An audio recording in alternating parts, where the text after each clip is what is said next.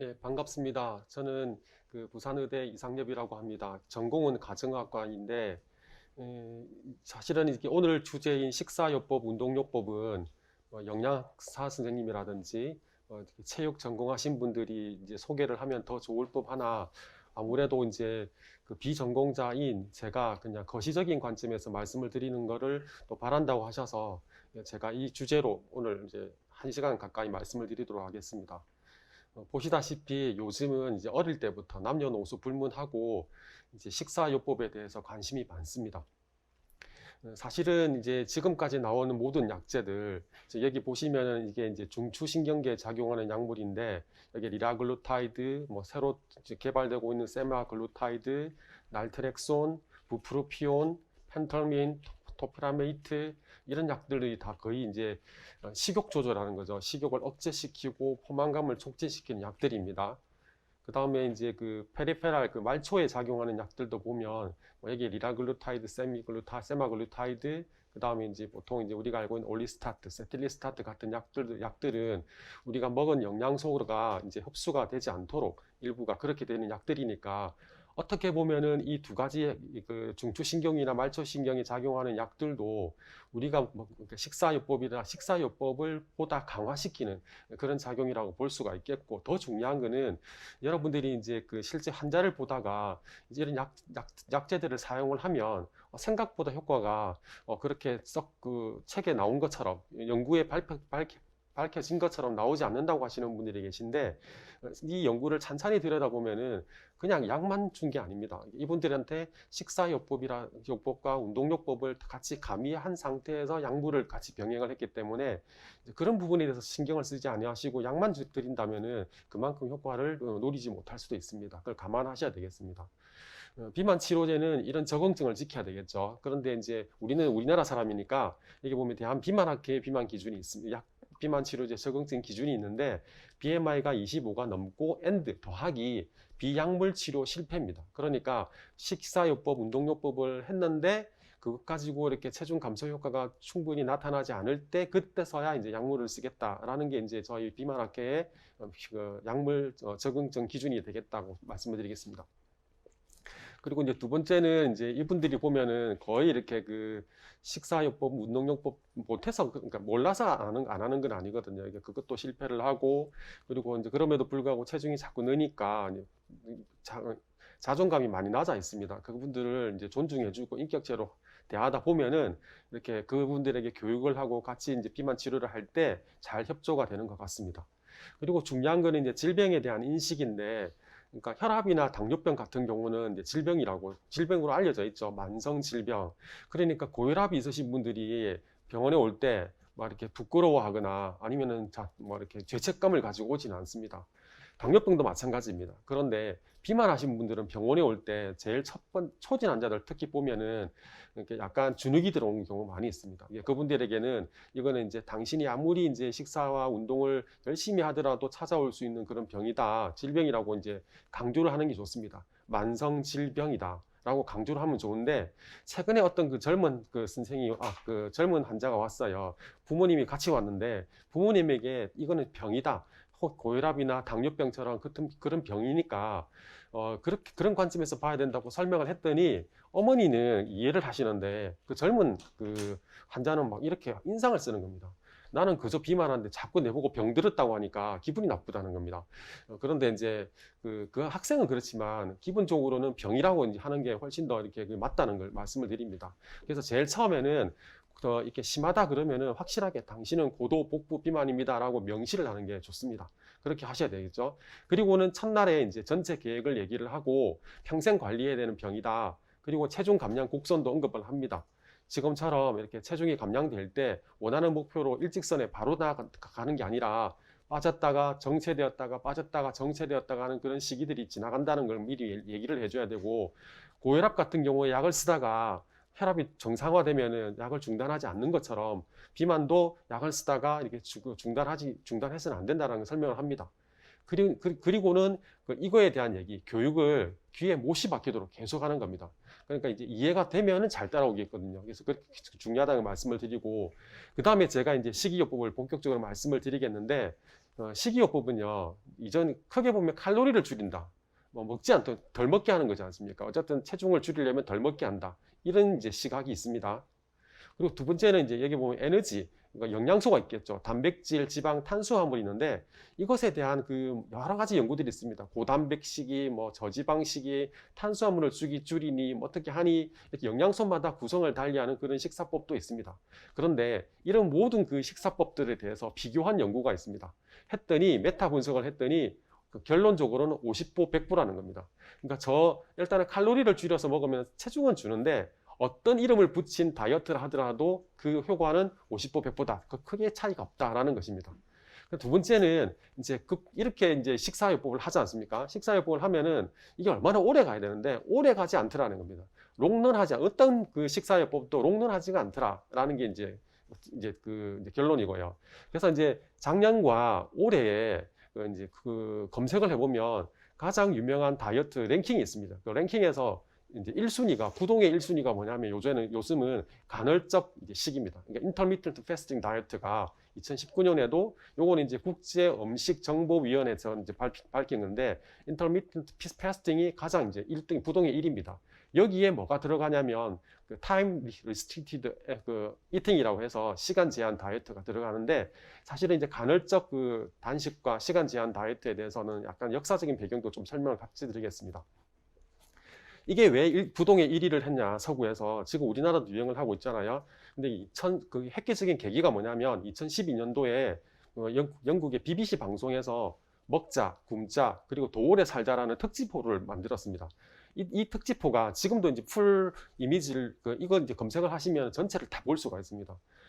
요게 이제 각광을 받은 거죠. 요때 이제 등장한 인물들이 이제 나오는데, 요 책하고, 요거는 방송이고요. 그 다음에 2016년도에 캐나다에 있는 신장내과 전문입니다. 개업한 전문인데 제이슨 풍이라는 사람이 오베시티 코드라는 이 책을 만들었는데 이게 베스트셀러가 됐습니다.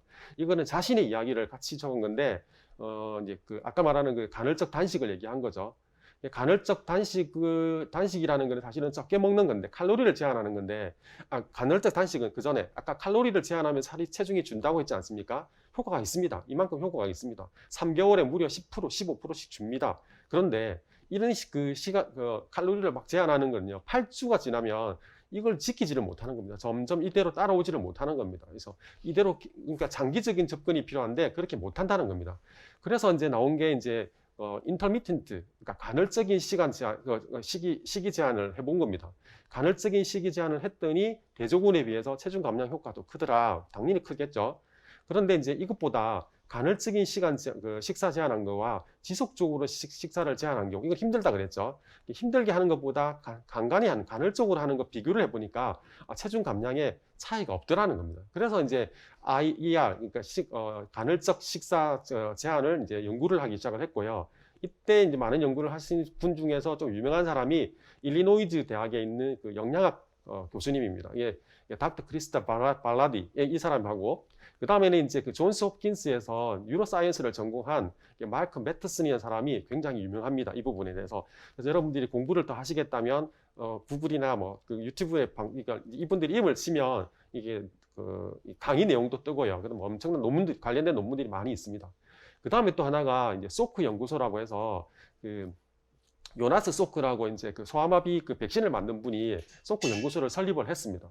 이 연구소를 보면은 굉장히 설계도 엄청 잘하고 굉장히 연구뿐 아니라 이게 연구를 할 수 있는 환경도 중요하다 해서 건물을 정말 참 잘 지었거든요. 소크 연구소에 판다라는 박사가 있는데 이분이 또 하는 게 뭐냐니까 이제 시간 제한 다이어트에서 어떤 이론적인 배경을 더 강하게 보강을 했습니다. 이분의 얘기를 나중에 또 하겠습니다.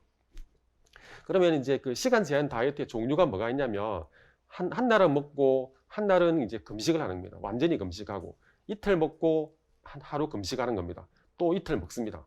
그러니까 이걸 갖다가 이제 먹는 날과 안 먹는 날이 있는 거죠. 근데 안 먹는 날이 왜 안 먹냐 그러면 키 포인트는 인슐린입니다.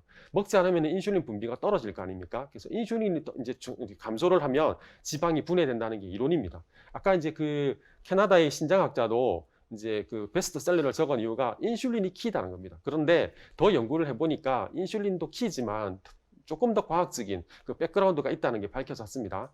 요거는 뭐냐니까 5대2 다이어트라고 해서 아까처럼 하루를 왕창 이제 안 먹는 게 힘들다는 겁니다. 그래서 안 먹는 날은 이제 먹되 굉장히 적게 먹자는 겁니다. 남자는 한 600칼로리, 여자는 500칼로리 정도를 먹자는 겁니다. 근데 이렇게 보시면 먹는 날과 안 먹는 날이 있는데 좀 헷갈리죠. 헷갈리니까 그 다음에는 어떻게 하냐니까 하루는 먹고 하루는 안 먹는 겁니다. 앞에처럼 이제 하루 먹고 이틀 안 먹고 하니까 헷갈려서 어제 먹었는지 안 먹었는지 모르겠다는 겁니다. 그래서 하루는 먹고 하루는 안 먹고 그렇게 해서 이제 하루 단식을 하는 그 절식을 하는 그런 이제 프로그램도 있고요. 이거는 이제 그 워리어 다이어트라고 해서 보통 우리 전장에 나가기 전에 이제 언제 먹을지 모르니까 뭐 엄청나게 먹고 나가지 않습니까? 그래서 한번 거의 안 먹다가 그리고 저 오후쯤 됐을 때 거대하게 먹는 한 번만 딱 먹어버리는 그런 이제 전쟁 다이어트, 전사 다이어트가 있습니다. 그다음 요거는 이제 16:8이라고 해서 시간을 보시면 16은 뭐냐면 이제 안 먹는 시간이고요. 8은 이제 먹는 시간입니다. 이제 하루에 8시간은 먹고 나머지 이제 16시간은 먹지 않다는 겁니다. 이게 이제 시간 제한 다이어트의 약간 시초가 되죠. 단식할 때 그럼 아무것도 먹지 말아라냐? 그건 아닙니다. 단식할 때는 물 그리고 제로 칼로리 음료는 충분히 가능하다. 그러니까 먹으라고 할 때는 이제 먼저 뭘 먹냐? 그러니까 이때 식사 시간이라 하더라도 너무 폭식을 하거나 건강하지 않는 식사는 해서는 안 되죠.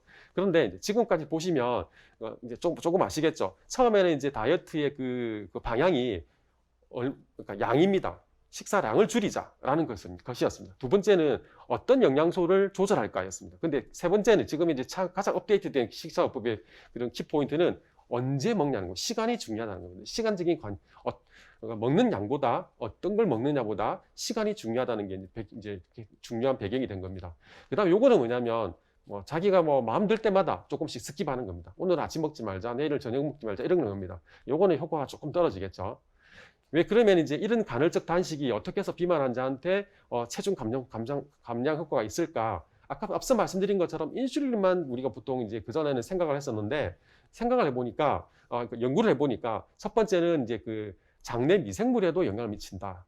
그 다음에는 이제 설카디안 리듬에 영향을 미친다. 그 다음에는 그 간헐적 단식 자체가 우리의 생활 양식에 영향을 미친다. 이 세 가지에 접근을 해봤습니다. 첫 번째는 요거는 이제 우리의 하루 일주기입니다. 보시면 저녁이 되었습니다. 일 끝나고 저녁이 되면 오후쯤 되면 가장 열심히 일할 때니까 가장 최고로 체온이 높아갑니다. 그리고 이때부터 해서 콜레스테롤 합성이 되기 시작하고 멜라토닌 분비되기 시작하고 그러면서 이제 잠이 들게 되는 거죠. 깊은 잠이 듭니다. 그리고 이제 잠을 푹 주면서 새벽이 되면서 체온이 가장 낮아지게 되고 이때 이제 가장 돌아가실 확률이 높습니다.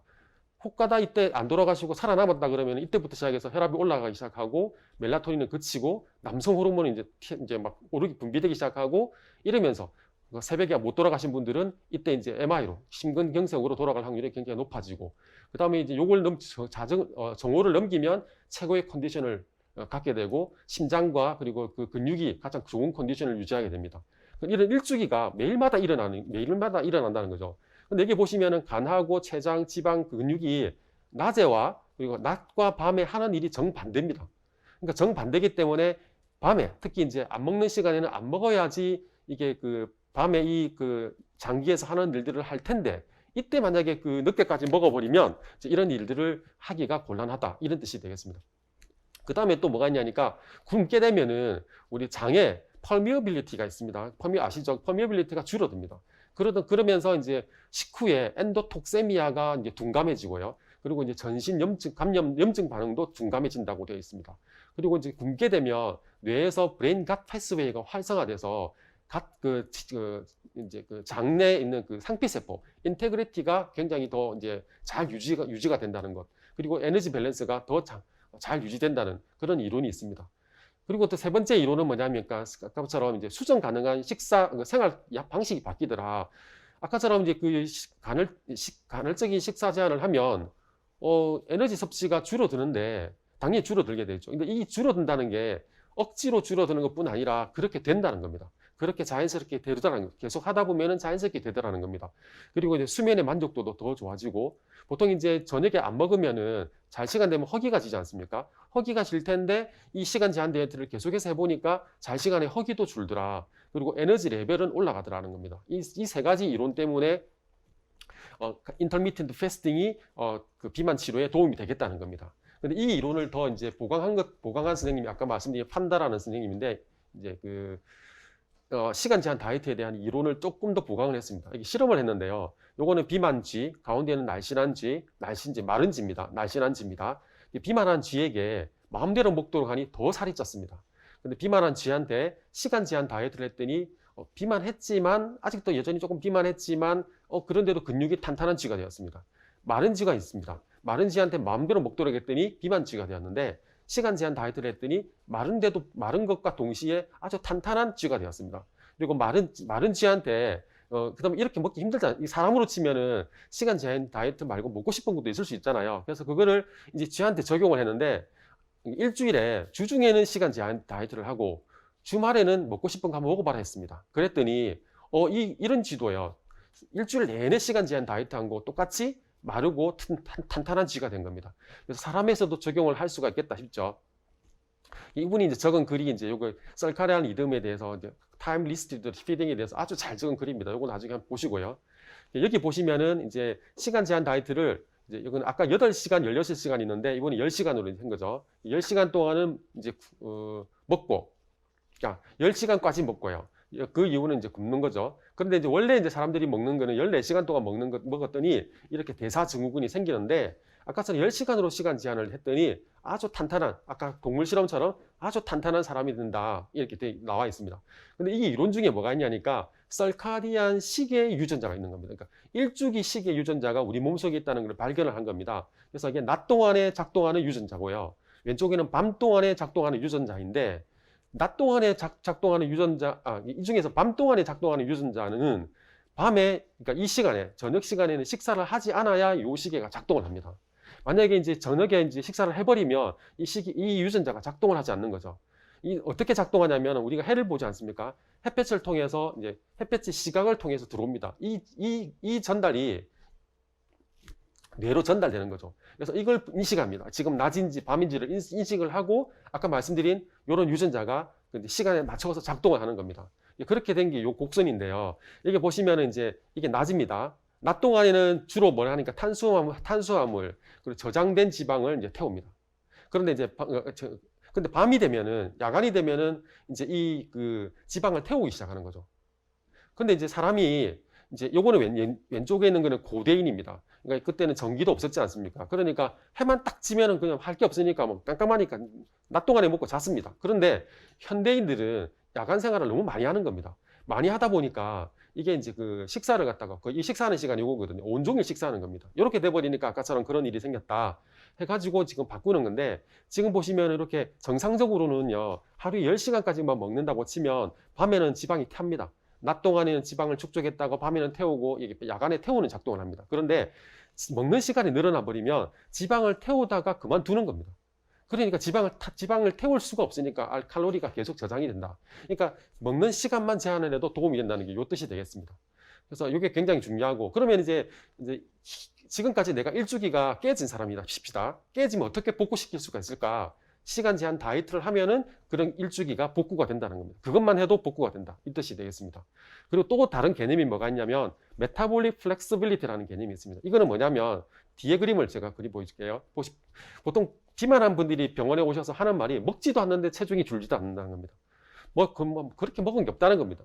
근데 그래서 이제 어떤 선생님들은 막 파고듭니다. 먹은 거 다 얘기해라, 거짓말하지 말라고 그러는데, 실제 먹은 게 없는데도 살이 안 빠집니다. 그 이유가 뭐냐면, 이렇게 빨간 게 뭐냐면 비만 환자들인데요. 아까처럼 이제 시간 제한 다이어트의 가장 큰 이론이, 음식을 안 먹으면 인슐린이 줄어들어서 지방이 이제 타는 거거든요. 지방을 태우는 거거든요.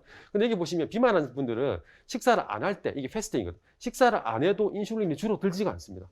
마른 사람은요, 먹으면은 인슐린이 늘어나고, 만약에 안 먹으면 인슐린 분비가 이제 줄어드는데, 비만한 분들은요, 이게 변동이 없는 겁니다. 이걸 뭐라고 부르냐니까, 메타볼릭 인플렉시빌리티라고 부릅니다. 대사 유연성이 깨졌다는 겁니다. 그래서 이분들은 어떻게 해야 되냐? 그러니까 이분들을 깨지게 하는 원인이 뭐냐면, 인슐린 센시티비티가 떨어지는 것, 그다음에 지방 식사를 엄청나게 많이 하는 것, 그다음에 아까 말한 일주기 리듬이 깨진 경우, 우리 몸에 염증이 있는 경우, 장내 미생물 장내 세균총의 세균총의 뭐죠? 그게 리키지가 아니라 리키갓 신드롬이 있는 경우, 그다음에 산화 스트레스가 있는 경우, 또 맨 마지막에 비만하면 이 비만한 그 자체로 이렇게 깨집니다. 그러니까 이제 메타볼릭, 아까 전 시간 제한 다이어트 효과를 제대로 보려면 메타볼릭 플렉서빌리티를 돌려야 되거든요. 돌리는 방법이 있는데 어쨌든 그 돌리는 방법은 오래 할 수 있는, 단기간 잠시 하는 게 아니라 계속해서 할 수 있는 거여야 된다라는 겁니다. 그 중에서 설카리안 리듬을 이제 회복시키는 게 뭐냐? 아까처럼 시간 제한 다이어트입니다. 시간 제한 다이어트를 하면은 설카리안 리듬이 복구가 된다 했지 않습니까? 여기 보시면 하루에 8시간부터 10시간 정도는 식사를 하고, 더 줄이면 좋지만은 어쨌든 최대 10시간까지 식사를 한다고 생각하고 나머지는 이제 그냥 패스팅입니다. 근데 그래서 이게 외래에서 환자들이 오면 물어봅니다. 아침 식사를 언제 하십니까? 그리고 저녁은 언제 하십니까? 묻습니다. 그래서 이제 그 식사 시간이 요 중에서 아침을 어떻게 뭐 조정하든지 저녁 식사를 조정하든지 해서 하는데 주로 저녁을 당기는 게 가장 좋은 방법이 되겠습니다. 그렇게 합니다. 그리고는 어떤 분들은 이제 아침에 안 먹는다는 분도 계신데 어쨌든 전체 칼로리도 좀 줄이는 게 좋으니까 이만큼 먹던 사람에게 오른쪽처럼 이만큼 이제 줄이도록, 칼로리를 줄이도록 합니다. 그런데 아침 식사를 안 드시는 분들한테 아침 식사도 이렇게 조금 드시면서 3등분을 제대로 하시라고 하면은 아침 식사를 안 드시는 분들이 요거는 그대로 두고 아침만 추가해서 드시면 살이 더 쪄서 오는 분들이 계십니다. 그런 뜻이 아니라 하루 종일 먹었던 음식 중에서 그걸 갖다가 그러니까 칼로리 전체를 줄인 다음에 3등분을 하라는 거죠. 3등분도 아침, 점심, 저녁 위해서 저녁을 가장 적게 드시는 게 좋다라고 합니다. 그래서 지금까지 말씀드린 내용을 요약해서 말씀을 드리면 이겁니다. 첫 번째는 뭐냐면 간헐적 단식이 좋다. 최상의 효과를 얻으려면 하루에 10시간까지 식사입니다. 예를 들면 이제 오전 7시부터 식사를 하신다 그러면 오후 3시가 이제 8시가 되겠죠. 아니면 오전 10시부터 오후 6시까지. 잠자리에 들기 전에는 저녁에는 절대 드시면 안 됩니다. 그리고 밤에 간식, 식사 절대 금지입니다. 그 다음에 이제 식사 사이에는 뭐 하느냐, 뭐 종일 움직이는 게 좋죠. 자꾸 움직이고 근육 운동도 하면 좋습니다. 그 다음에는 식사 종류 중에서도 흰쌀밥, 흰빵 이건 안 됩니다. 요건 아주 복잡지 않습니다. 이 식사요법은 흰쌀밥은 정말 이렇게 이제 현미밥이나 이런 잡곡밥으로 바꾸는 거고요. 흰빵도 곡물빵으로 바꾸는 겁니다. 그 외에는 뭐 그렇게 어렵지 않습니다. 그 다음에 이제 운동 교육입니다. 지금까지가 식사요법인데 이렇게 사실 요 한 장만 딱 보시면 되거든요. 요 한 장만 환자한테 얘기를 해주면 됩니다. 예, 되니까 가장 간단한데 이 한 장을 이해하기 위해서 제가 그동안 계속 이제 설명을 좀 드린 겁니다. 그 다음 운동요법입니다. 운동요법은요, 뭐 2020년 뭐 이렇게 뭐 피지컬 액티비티 시덴트리 비헤이비얼 뭐 가이드라인 WH만 만든 겁니다. 이런 게 있지만 우리는 이제 일상적인 사람을 대하는 게 아니라 비만 환자를 대하지 않습니까? 그러니까 비만하는 환자에 있어서는 이제 뭐 운동을 하면은 몇 칼로리가 될까? 근데 어플리케이션을 찾아보면 있을 수 있습니다. 그래서 내가 만약에 뭐 한 10분 달리기를 하면 뭐 30분 걸으면 얼마나 빠질까라는 걸 보시면 되는데 사실은 운동해가지고 칼로리 빠지는 건 그리 많지는 않죠. 그리고 이제 비만한 환자들한테 이제 운동을 좋아하는 분도 있고 이제 운동을 이제 권유하면은 그 다음에 왔을 때 못했다 하는 분이 많습니다. 왜 그러냐면 운동에 대한 것도 이제 그 느낌인데 운동에 대해서 각자가 좋은 느낌, 이거는 내가 운동을 하고 싶다, 그러니까 아니 운동은 싫은 거다, 이 개념이 언제 잡히냐면 그 유치원 때 잡힙니다. 유아 시기에 잡힙니다. 이때 만약에 여러분이 자녀를 키우는 자녀가 있다면 자녀를 어릴 때부터 만약에 데리고 다니면서 활동하면서 운동을 같이 시키지 않으면 이 아이들은 커서도 운동은 싫은 게 됩니다. 근데 어릴 때 이런 것들 잘 놀아본 친구는 이제 크면은 운동이 좋은 거죠. 하루라도 운동 안 하면 찝찝한 거죠. 그리고 또 중요한 거는 아이들은 어른을 따라합니다. 연구를 해보니까 어른도 만약에 운동해라 하고 막 애들 보고 그렇게 하는데 자기는 정작 운동을 안 하면 그러면은 애기들도 안 큰다는 겁니다. 그러니까 대부분의 이제 어머 부모님들이 데리고 올 수도 있잖아요, 자제분들을. 그러면 함께 운동하도록 하는 게 좋고, 이제 운동의 종류가 뭐가 좋냐 했는데 사실은 운동은 즐겁게 할 수 있고 여럿이서 할 수 있고 다 같이 할 수 있고 어쨌든 재밌게 할 수 있고 오래 할 수 있으면 뭐든지 다 좋습니다. 반복이도 요새 잘 돼 있고요. 그럼 운동은 얼마나 해야 되냐, 이게 중요한데 요거는 뭐냐면 식사요법을 안 했을 때입니다. 식사요법을 안 하고 막 운동만 딱 했을 때 보면 어떻게 되냐, 일주일에 150분까지, 그러면 하루에 30분을 3번 했다 칩시다. 150분이죠 150분 해가지고 살 안 빠진다는 겁니다. 150분은 무조건 넘겨야 된다. 150분을 넘긴다는 거는 만약에 30분을 했다 치면 하루 3번 이상이죠. 그랬을 때는 2 내지 3kg가 빠지는데 요거는 미흡하거든요. 더 빠지려면 보통 이제 5에서 7.5kg를 빼려면 225분에서 420분, 그러니까 아주 쉽게 말씀드리면 40분을 매일 하는 겁니다. 매일마다 40분을 매일 하는 게 뭐냐, 4, 7, 28이 280분이 되죠. 여기 들어가는 겁니다.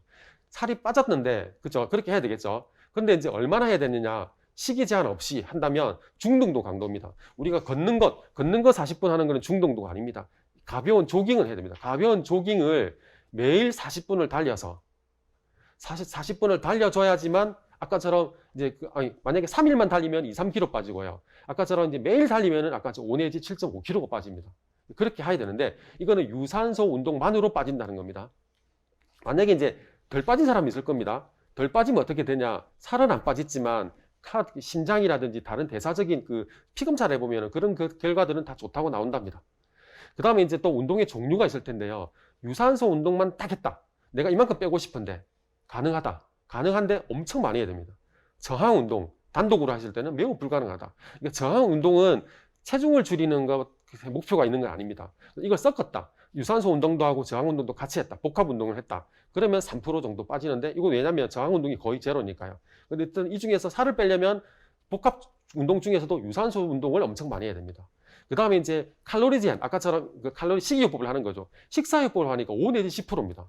그러니까 운동하고요. 어떤 분은 오셔가지고는 뭐 식사보다는 운동, 내 진짜 열심히 운동해도 뭐 1시간씩 운동하고 뭐 얼마씩 운동한데도 살 빠지는 거는 거의 잘 안 빠집니다. 그래서 운동보다는 식사 제한이 키포인트입니다.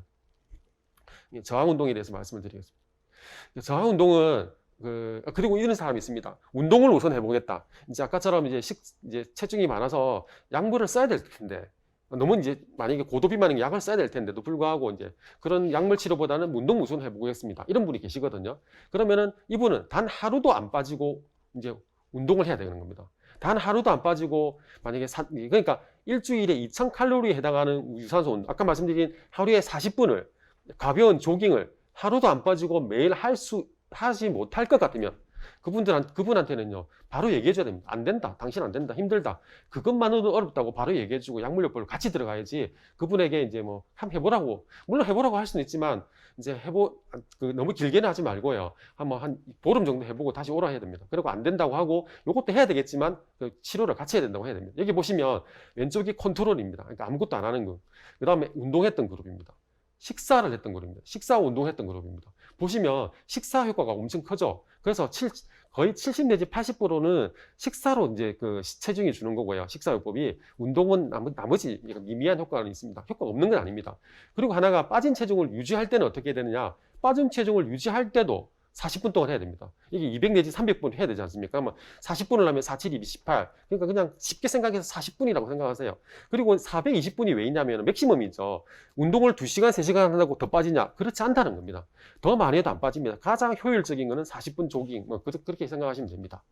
그리고 또 좋은 게 이제 우리도 뭐 모닝커피 뭐 이런 거 있듯이 운동도 아침에 하는 게 좋다는 연구입니다. 아침에 하니까 훨씬 더 효과적이더라. 이게 되는 연구니까 여기 논문이 있으니까 한번 찾아보시고요. 그 다음에 이제 그 내장 지방을 사실은 이제 체중을 줄이더라도 내장 지방을 줄이는 게 좋겠죠. 그 내장 지방을 줄이기 위한 운동 중에는 뭐가 있냐니까 연구를 한 게 최소한의 운동입니다. 내장 지방을 줄이기 위한 최소한의 운동.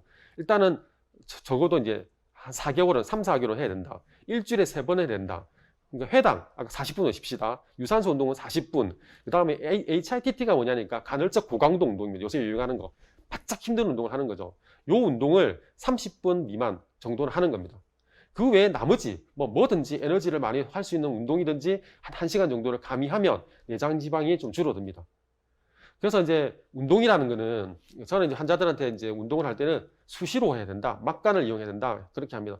저 같은 경우도 이제 그 지하철 타고 이제 출근할 때 지하철 놓쳤다. 그러면 그 다음 지하철 올 때까지 약간의 시간이 있습니다. 그럼 거기서 이제 스케이팅을 합니다.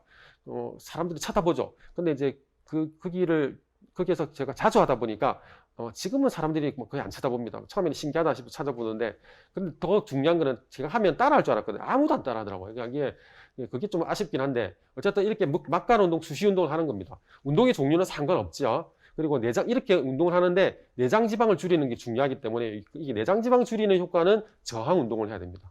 그리고 감량된 체중을 유지할 때도 저항 운동이 중요합니다.